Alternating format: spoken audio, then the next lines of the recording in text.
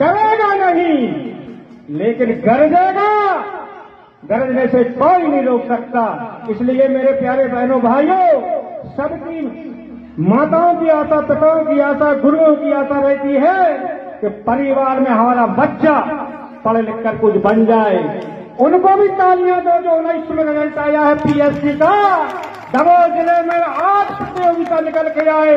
कोई एसडीएम बना, कोई एसपी बना, कोई सीएमओ बना, कोई नगर उप निरीक्षक बना। उनको भी एक जोरदार तालियां जो पीएससी का रिजल्ट आया। दमोह जिले का स्थान पूरे मध्य प्रदेश में एक और तालियां हैं जो शुभम प्यासी है पूरे भारत में प्रथम आया के जीवन प्राथमिक शिक्षक में, अपने हटा का रहने वाला रसोटा गांव का शुभम प्यासी जो पूरे भारत में प्रथम आया।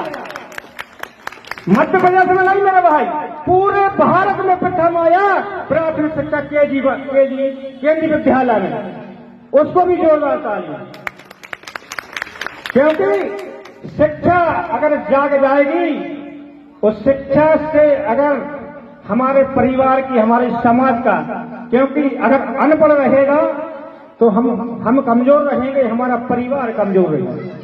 और अगर मजबूत करना है, देश को मजबूत करना है और अपने परिवार को सजाना और संभालना है, तो कल के भविष्य हो आप अगर आप सुंदर बना देंगे तो निश्चित है वह गांव दूर नहीं होगी जहां हमारे गांव का विकास नहीं होगा।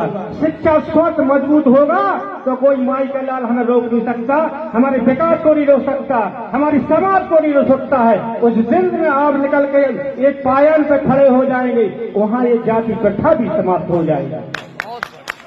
बहुत बढ़िया। अगर आपको शिक्षा आपकी मजबूत है, देश के किसी भी कोने में रहोगे, आपकी जय जयकार होगी। इसलिए आप सबसे पहले आप जहां स्कूल है वहां आप पढ़ने चले जाओ, क्योंकि पढ़ने से ही भलाई है। क्योंकि देश विश्व गुरु बनने वाला है, अनपढ़ों से बनने वाला नहीं है। अगर हमारी संस्कृति और शिक्षा मजबूत होगी, आने वाले समय में देश विश्व गुरु बन जाएगा, इसमें कोई देरी नहीं होगी। लेकिन हमें आप ये बता दो, मेरी बहनें बैठी, मेरे भाई बैठे, वो हमारे परिचय बैठे हैं, अगर शिक्षा मजबूत है तो हम कहीं झुकेंगे नहीं। स्वास्थ्य अच्छा है तो हम चलने के लिए पीछे नहीं हटेंगे। इसलिए 2 चीजें हैं भारत में। अगर हमारे भारत में मध्य प्रदेश और दमोह जिला में बुंदेलखंड में अगर शिक्षा मजबूत है तो बुंदेलखंड तो पहले मजबूत है, और अगर शिक्षा मजबूत है और स्वास्थ्य अच्छा है तो दोनों चीजें जब आपस में आ जाएंगी तो हमें कोई माई का लाल रोक नहीं सकता। इसलिए पढ़ो, पढ़ाओ और अपने परिवार को शिक्षा में लाओ। शिक्षा ही एक ऐसी दशा है कि हमारी मनोदशा सुधर सकती है, हमारी भावना जागृत हो सकती है।